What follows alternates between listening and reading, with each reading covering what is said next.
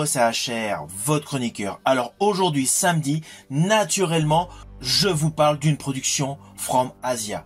Plus précisément, un film d'action coréen. Alors j'ai voulu faire un petit clin d'œil amusant, car prochainement va sortir un premier spin-off cinématographique autour de la saga John Wick qui a pour titre Ballerina.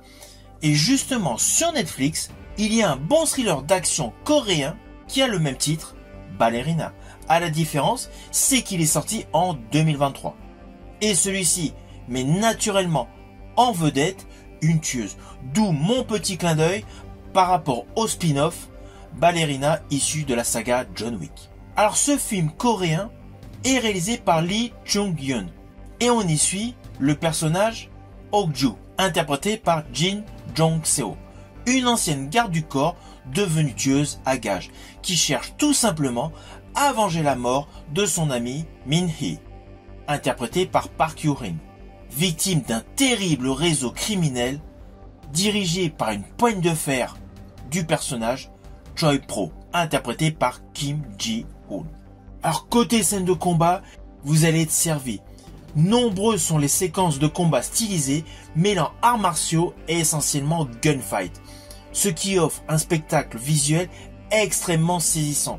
À cela s'ajoute une ambiance visuelle qui s'inspire de Collateral réalisé par Michael Mann, porté par Tom Cruise, suréclairé par une ambiance marquée de néon, distillant ainsi une ambiance des années 80.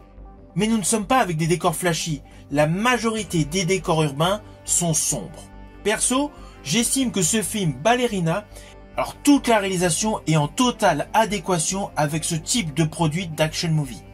Je rajouterai que ce film Ballerina est un réel compromis de la saga John Wick et de l'excellent Nikita de Luc Besson.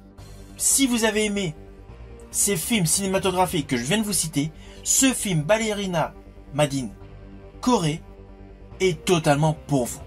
Car l'intrigue repose essentiellement sur des éléments classiques de films de vengeance. Alors oui, le film est court, il dure approximativement 1h30. De ce fait, vous vous doutez, l'approfondissement scénaristique des personnages est limité. On est davantage axé sur de l'action. Mais la performance de Jin Jong-seo est topissime. Elle incarne parfaitement une héroïne froide et déterminée, assurant elle-même ses propres cascades. Ce qui, in fine, offre un total divertissement. C'est un film qui est toujours disponible sur Netflix. Si vous avez aimé ma vidéo, n'oubliez pas, petit pouce vers le haut, pensez au partage. Quant à moi, je vous dis à bientôt pour une prochaine vidéo.